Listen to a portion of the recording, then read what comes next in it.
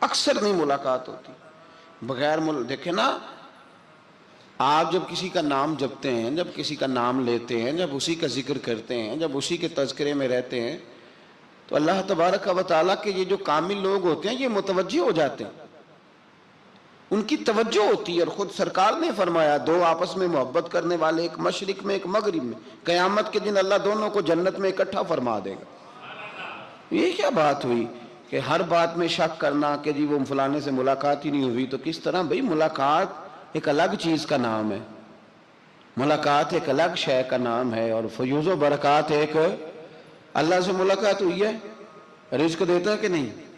زندگی دیتا ہے، ساری چیزیں دیتا ہے، تو ملاقات تو کوئی نہیں کرتا۔ تو اس لیے ہر چیز کو ٹھیک ہے، وہ جو جگہ جس جگہ پہ جو بات ہے اس کو وہاں رہنا چاہیے، لیکن یہ شکوک ہیں، ان سے باہر نکلیں، ان سے باہر آئیں۔ اولیاء اللہ کا جو فیضان ہے، ان کی جو محبت ہے، ان کے جو طریق، حضرت سلیمان بن بشار رحمت اللہ علیہ ایک بزرگ گزرے ہیں، وہ کہتے ہیں میرے پاس، میں بڑا خوبصورت تھا، جوانی میں دین کی تھوڑی سی خدمت کرتا تھا، تو ایک عورت آ گئی، اس عورت نے میرے ساتھ کچھ مجھ سے مانگا، مطالبہ کیا، تو میں نے کہا کوئی بھکارن ہے۔ میں نے جب اس نے نقاب اوڑھا ہوا تھا، جب میں نے اس کی طرف پیسے دینے کے لیے، خیرات دینے کے لیے کوئی چیز بڑھائی، تو اس نے چہرے سے کپڑا ہٹایا، میں نے نظر جھکا لی، کہنے لگی سلیمان میرا رنگ روپ تو دیکھ، میں کتنی خوبصورت ہوں، میں تیری محبت میں گرفتار ہو گئی، خدا را میں اپنے آپ کو تیرے حوالے کرتی ہوں۔ آپ فرماتے ہیں جب اس کے نیت اور ارادے میں اور لفظوں میں نے فطور دیکھا، تو میں استغفر اللہ پڑھتا وہاں سے بھاگ گیا، اتنا دوڑا کہ میں بصرہ سے باہر نکل گیا، شہر سے ہی باہر آ گیا، عورت سے دوڑ رہا ہے، مرد، نوجوان، خوبصورت۔ فرماتے ہیں عشاء کی اذانیں ہو رہی تھی، نماز پڑھ کے میں مسجد میں سو گیا، تو مجھے حضرت یوسف علیہ السلام کا دیدار ہو۔ جناب یوسف کہتے ہیں میں حضور کا غلام اور غلاموں کا غلام اور صدیوں بعد کا غلام، تو جناب یوسف علیہ السلام میری خواب میں آئے اور کہنے لگے اٹھ جوان، میرے سینے سے لگ، یار تو نے تو نبی پاک کا امتی ہو کے وہ کام کیا ہے جو میں نے نبی ہو کے کیا تھا۔ اب کام حضرت یوسف والا کیا تھا نا، تو صدیوں اور سالوں اور مہینوں کا فاصلہ بن سکا، تو وہ آ گئے۔ مسئلہ یہ ہے کہ شکوک و شبہات والی زندگی نقصان دیتی ہے۔ حضرت ہمارے سلسلہ مقدسہ میں ایک سلسلہ علویہ ہے جو اعلیٰ حضرت فاضل بریلوی کو حاصل تھا، شاہ عبدالعزیز صاحب محدث دہلوی رحمۃ اللہ تعالیٰ علیہ نے بڑا لکھا مولا علی کی شان پہ، حضرت علی پہ کلام، ان کا ذکر، ان کے تذکرے اس قدر فنا ہو گئے کہ ہر وقت ذکر علی کرتے۔ فرماتے ہیں مجھے خواب میں حضرت علی کا دیدار ہوا، انہوں نے مجھے بیعت فرمایا اور مجھے اپنے سلسلہ مبارکہ میں اجازت دی۔ تو شاہ صاحب رحمت اللہ علیہ فرمایا کرتے تھے کہ میں نے وہ بہت کم لوگ ہیں جن کو پھر ان میں بیعت فرمایا جاتا ہے، تھوڑے چند لوگ، اور ان کو سلسلہ مبارکہ میں اس میں چند لوگ ہیں۔ اعلیٰ حضرت کے بعد شاہ علیہ رسول ہیں، شاہ علیہ رسول کے بعد شاہ عبدالعزیز محدث دہلوی ہیں، وہ ڈائریکٹ مولا علی شیر خدا سے بیعت۔ تو مطلب یہ ہے کہ کام شکوک و شبہات سے نکلیں۔ قرآن نے کہا لا ریب فیہ، قرآن میں شک البتہ وَإِن كُنتُمْ فِي رَيْبٍ مِّمَّا نَزَّلْنَا عَلَىٰ عَبْدِنَا، بندے کچھ شک کرتے ہیں، اگر انہیں شک ہو تو وہ اس طرح کریں کہ فَأْتُوا بِسُورَةٍ مِّن مِّثْلِهِ، پھر اس کی مثل ایک صورت لے کے آئیں، اور وَادْعُوا شُهَدَاءَكُم مِّن دُونِ اللَّهِ إِن كُنتُمْ صَادِقِينَ، سارے بے شک اپنے حمایتی بلا لیں اگر وہ سچیں۔ شک والی دنیا سے باہر نکل آئیں، حقیقت والی دنیا کو قبول کریں۔ شکوک و شبہات کا ازالہ نہیں ہوتا، شک دوسرے شک کو جنم دیتا ہے، نقص دوسرے نقص کو جنم دیتا ہے، غلطی دوسری غلطی کو جنم دیتی ہے۔ اور انسان جب تک شکوک کی، میں نے آپ کو کہہ دیا کہ ہر گھر بس سکتا ہے، ہر گھر، ہر عورت کے صحیح ہونے کی امید ہوتی ہے، پر جس بی بی کو اپنے خاوند کے کردار پہ شک ہو وہ بی بی کبھی مطمئن نہیں ہوتی۔ ہر گھر بس جاتا ہے، لیکن جس خاوند کو اپنے بیوی کے کردار پہ شک ہو جائے اس کا کبھی اس کے ساتھ سلوک مخلصانہ۔ شکوک والی زندگی بیماروں کی زندگی ہے، شکوک والی زندگی بیماروں کی زندگی، کمزوروں کی زندگی، بزدلوں کی زندگی۔ اس لیے حقیقت والی چیز جب تک آپ کے پاس کوئی چیز کلیئر ہو کے نہیں آتی، شریعت اسلامیہ نے بہتان کی سزا رکھی ہے 80 کوڑے، پتہ ہے آپ کو؟ جس نے ایسے ہی بہتان لگا دیا، دلیل ہی کوئی نہیں، ایسے ہی کہہ دیا کہ جی وہ مجھے شک ہے جی انہوں نے ایسے کیا ہے، فرمایا اسے کوڑے مارو۔ شک کی بنیاد پر بہتان ترازی کرتا ہے، کوڑے کی سزا رکھی، 80 کوڑے مارو اس ظالم کو۔ یہ شک کر رہا ہے اس کو، جب اس کے پاس دلیل ہی کوئی نہیں۔ یہاں بڑے بندے ہیں بات کر دیتے ہیں، کہتے ہیں جی وہ ایسا ہوا ہوگا، میں نے ایسا دیکھا تھا، ہوگا، کیا تھا، ممکن ہے۔ تو یہ شکوک ہے، اس شکوک یہ سامنے والے کا کچھ بھی نہیں بگڑتا، اس بیچارے کا کیا بگڑنا ہے۔ یاد رکھیں، بڑی خوبصورت بات یہاں حضرت عبداللہ ابن مسعود کی، آپ فرمایا کرتے تھے جب کسی بندے پر بندے شک کرتے ہیں اور ناجائز شک کرتے ہیں، اللہ اس کی عزتوں میں اضافہ فرما دیتا ہے، اللہ اسے شان عطا کرتا ہے۔ اپنی زندگی کو بیماریوں سے نکالنے، یہ روحانی بیماری ہے شک، اس سے باہر آنا۔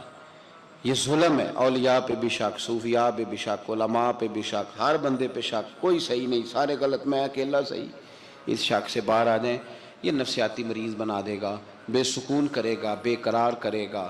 جس ترتیب سے ہم مسکراتے ہیں، جس ترتیب سے ہم روتے ہیں، جس ترتیب سے ہم کسی بات کا اظہار تشکر کرتے ہیں، خدا ان باتوں سے پاک ہے۔ اب بہت ساری حدیثوں میں آیا کہ وہ مسکراتا ہے، تو کیا مطلب ہے مسکرانے کا؟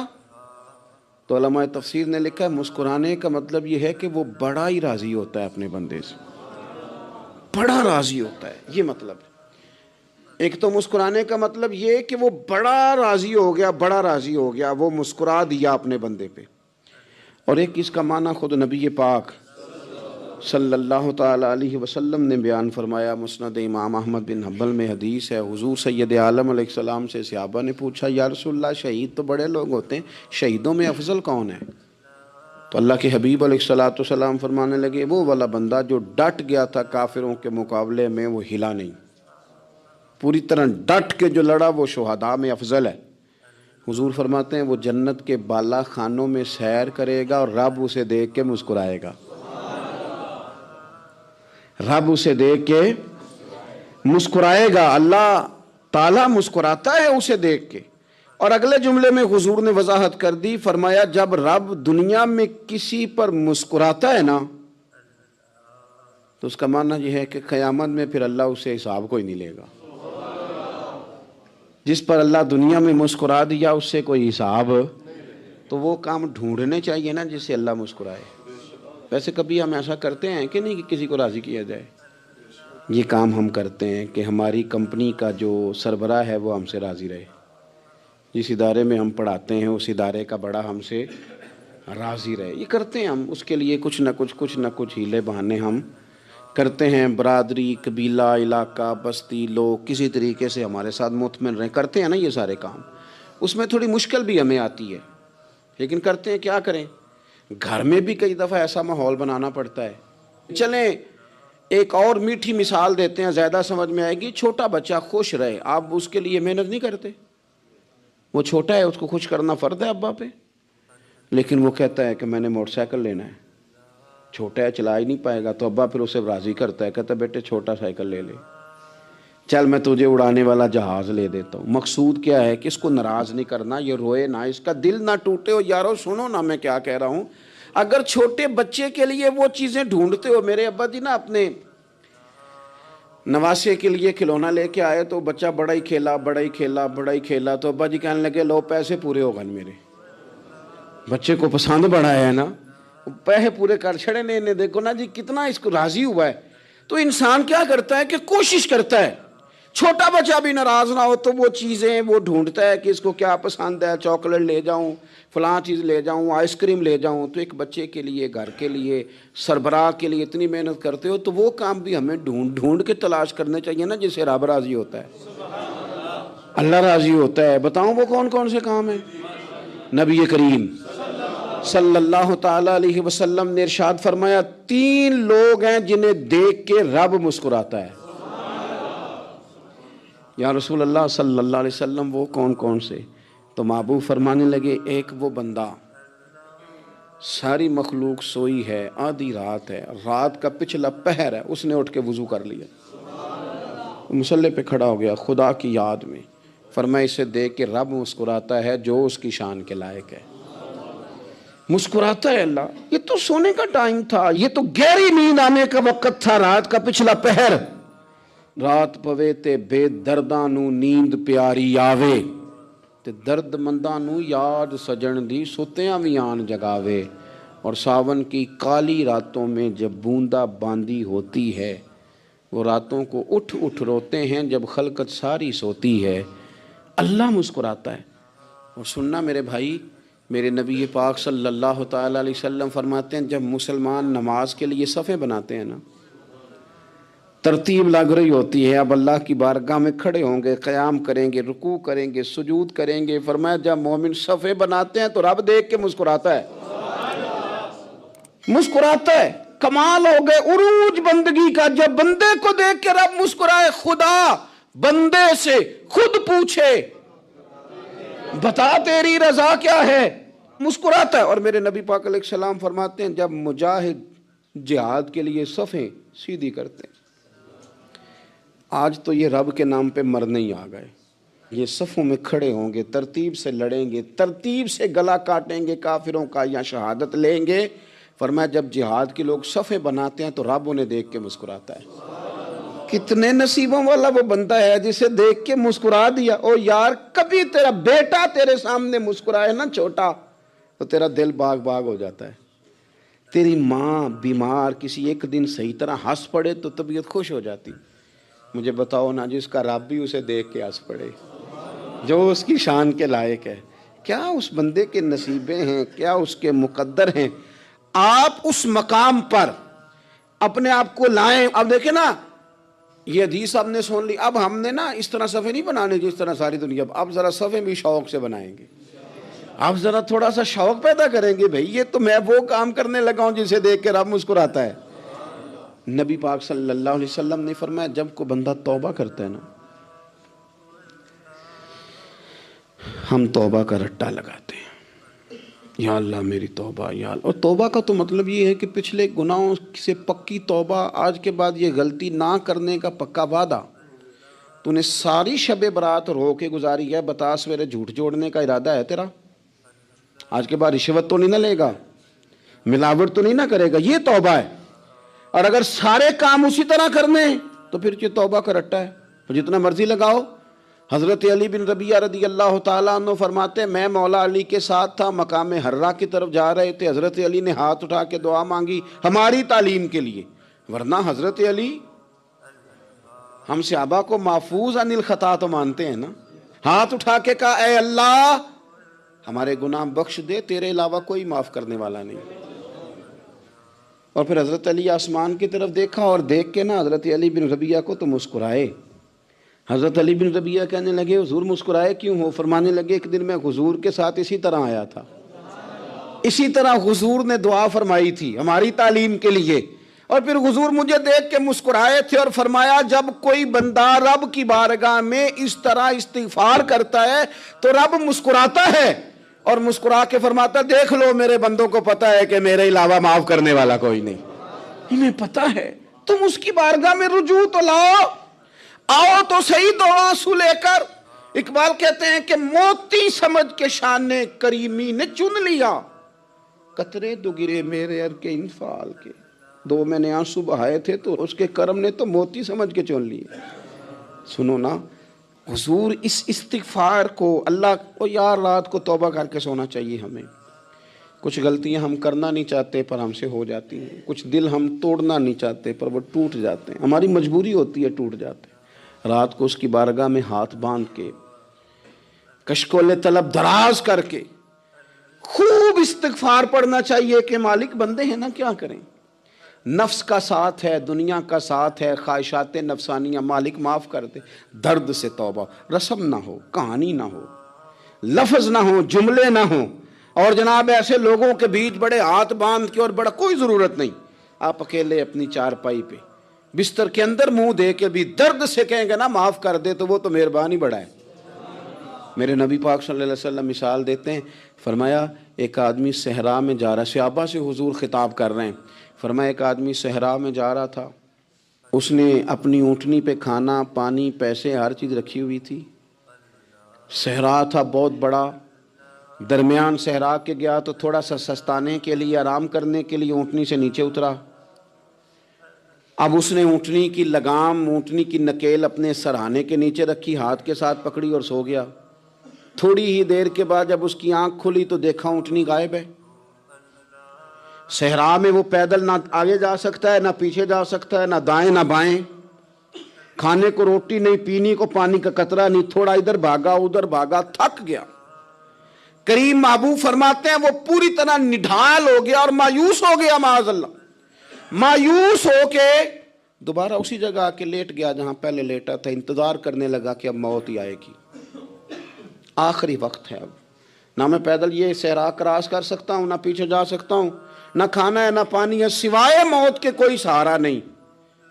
حضور فرماتے ہیں وہ رستے میں دوبارہ لیٹ گیا. اچانک اس نے رخ بدلا تو اونٹنی سامنے کھڑی تھی. حضور نے صحابہ سے پوچھا بتاؤ نا اسے بھلا کتنے کو خوشی ہوگی؟ یا رسول اللہ جسے نئی زندگی مل گئی ہے. آپ دیکھیں نا، سارے ڈاکٹروں نے کہہ دیا کہ اس کے تو گردے، میدا، جگر ہر چیز ختم ہے، گھر لے جاؤ خدمت کرو.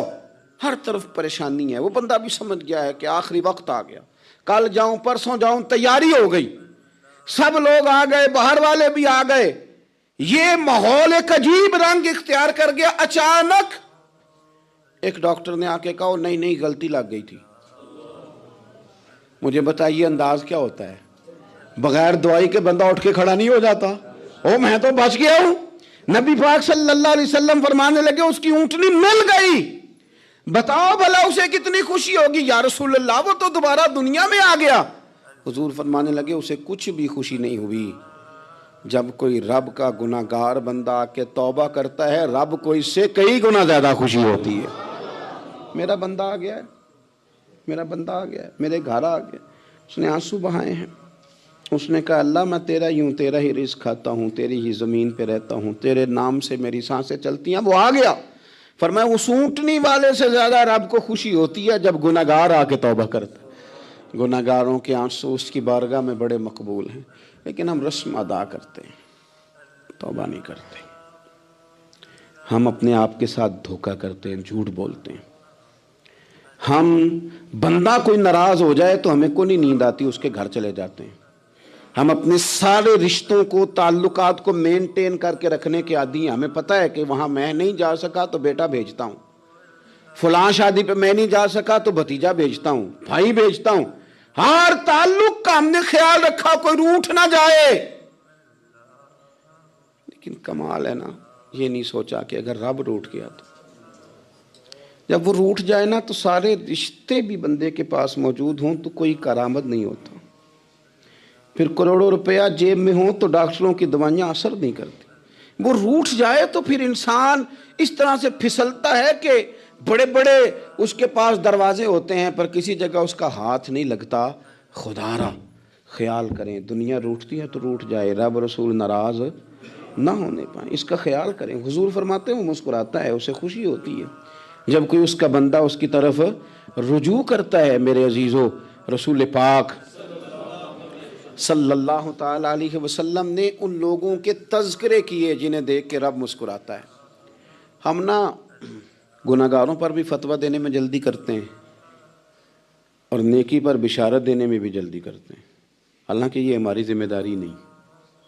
پتہ نہیں اللہ تعالیٰ کس کو کب توفیق توبہ دے کے اپنے قریب کر لے، لیکن بڑی جلدی ہے، بڑی جلدی فتویٰ دینے میں. اور یہ فتویٰ صرف مفتیوں کا نہیں رہ گیا، یہ میری طرح کے، آپ کی طرح کے ڈھیروں لوگ ہیں جنہوں نے جیبوں میں فتوے ڈالے ہوئے.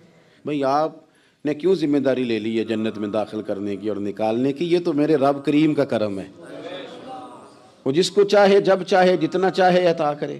لیکن کچھ لوگ نا بڑے پکے ہو گئے ہیں کہ شاید جو میں سوچ رہا ہوں وہی درست ہے. کبھی کبھی کچھ چیزیں عجیب بھی ہوتی ہیں، لہذا خدا کی رحمت پر بھروسہ کر کے بات کرنی چاہیے. اپنی مرضی کے فتوے نہیں داغنے چاہیے. وہ دیکھو جی فلانا بندہ یوں کر رہا ہے، آپ کو پتہ ہی نہیں پوری بات کا، آپ کو علم ہی نہیں پوری بات کا. حضرت بہاءاللہ نقشبند بخاری رحمت اللہ علیہ فرماتے ہیں میں حج کرنے گیا تو وہاں میں نے ایک آدمی کو کروڑوں کا کاروبار کرتے دیکھا تو میرے دل میں خیال ہے یہاں بھی اللہ اللہ کرنی چاہیے تھی، دنیا داری کر رہا ہے. لیکن فرماتے ہیں حج سے فارغ ہوئے تو میں نے دیکھا وہی بندہ سارا کچھ رب کی بارگاہ میں خیرات کر رہا ہے اور سینکڑوں غریب حاجی ہیں جن کو پورے خرچے دے رہا ہے. تو میں نے وہیں اپنی سوچ سے توبہ کی کہ میں کہاں تھا. بڑی جلدی کھڑے نہ ہو جائیں. حضرت حسن بصری رحمۃ اللہ تعالیٰ علیہ ارشاد فرماتے ہیں کہ میں دریا کے کنارے گیا تو وہاں میں نے ایک شخص کو دیکھا، وہ اپنی ایک خاتون کی گود میں سر رکھ کے بیٹھا اور قریب ایک بوتل بھی پڑی ہے. میرے دل میں معاذ اللہ خیال آیا کہ دیکھو کس انداز میں ایک عورت کے ساتھ یہ ہے، اور پاس بوتل بھی پڑی ہے، جانے شراب ہے. کہتے میں سوچ ہی رہا تھا کہ اچانک ایک کشتی آ رہی تھی دریا میں. وہ ہج کو لے کھائے، کشتی میں 4-5 لوگ تھے، وہ دریا میں ڈوبنے لگے. وہ آدمی تیزی سے اٹھا، دریا میں چھلانگ لگائی، پہلے ایک کو نکالا، پھر دوسرا نکالا، پھر تیسرا نکالا. ایک بندہ رہ گیا، کہنے لگا حضور مجھے تو آپ نے گناہ گار سمجھا ہے، میں تو بڑے غلط انداز میں یہاں بیٹھا ہوں، آپ نے جو سوچا. چلیں گے چوتھا بندہ آپ نکالنا ہے، کرے نا یہ کام، کرے نا یہ کام. بڑے بھولے بھالے، بڑے اللہ والے، ریاض آپ کو بس ہم ہی جانتے ہیں، اتنی جلدی فتویٰ. حضرت حسن بصری فرماتے ہیں میں پشیمان ہوا. میں نے کہا مجھے تیرنا نہیں آتا، تو دیر نہ کر، چوتھا ڈوب نہ جائے. کرتے اس نے چھلانگ لگائی، چوتھا بھی نکال لایا اور کہنے لگا حضرت آپ نے جلدی کی سوچنے میں، یہ بی بی میری ماں ہے اور یہ سرکے کی بوتل ہے. ہم ماں بیٹے کا یہ مشغلہ ہے کہ یہ وہ جگہ ہے جہاں آ کے لوگ مسافر اترتے ہیں، اور یہاں سے کسی کا گھر 100 میل ہے، کسی کا 200 میل ہے. ہم صبح سرکہ، کھجوریں، روٹیاں لے کے یہاں آتے ہیں، مسافروں کی نوکری کرتے ہیں، کوئی پریشان ہو تو مدد کرتے ہیں.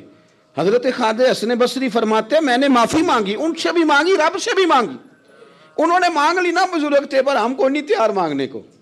ہم ہر وقت بدگمانیاں، وہ فلانا فلانے جرم کرتا تھا، میں اسے اب کیسے نیک مان لوں. بھئی اب وہ نمازی ہے، خدا کے گھر آتا جاتا ہے، اب اللہ کی بارگاہ میں حاضر ہوتا ہے. جب رب نے معاف کر دیا تو بھی سوچ بدل جا. سنیں حضور کیا فرماتے ہیں. نبی پاک صاحب الاخلاق صلی اللہ تعالی علیہ وسلم فرماتے ہیں، مسند امام احمد بن حنبل دیکھیے، فرمایا رب اس وقت بڑا ہی مسکرائے گا جب قاتل بھی جنت میں جائے گا، مقتول بھی جنت میں جائے گا. یا رسول اللہ مقتول تو گیا، یہ قاتل کیسے چلا گیا؟ حضور فرماتے ہیں جائے گا، اور جائے گا اور رب مسکرائے گا، جو اس کی شان کے لائق ہے. یا رسول اللہ کس طرح؟ تو نبی پاک صلی اللہ علیہ وسلم فرمانے لگے اس نے ایک مومن کو قتل کیا تھا، وہ شہید ہو کے جنت میں چلا گیا. اب اللہ نے بعد میں اسے توبہ کی توفیق دے دی.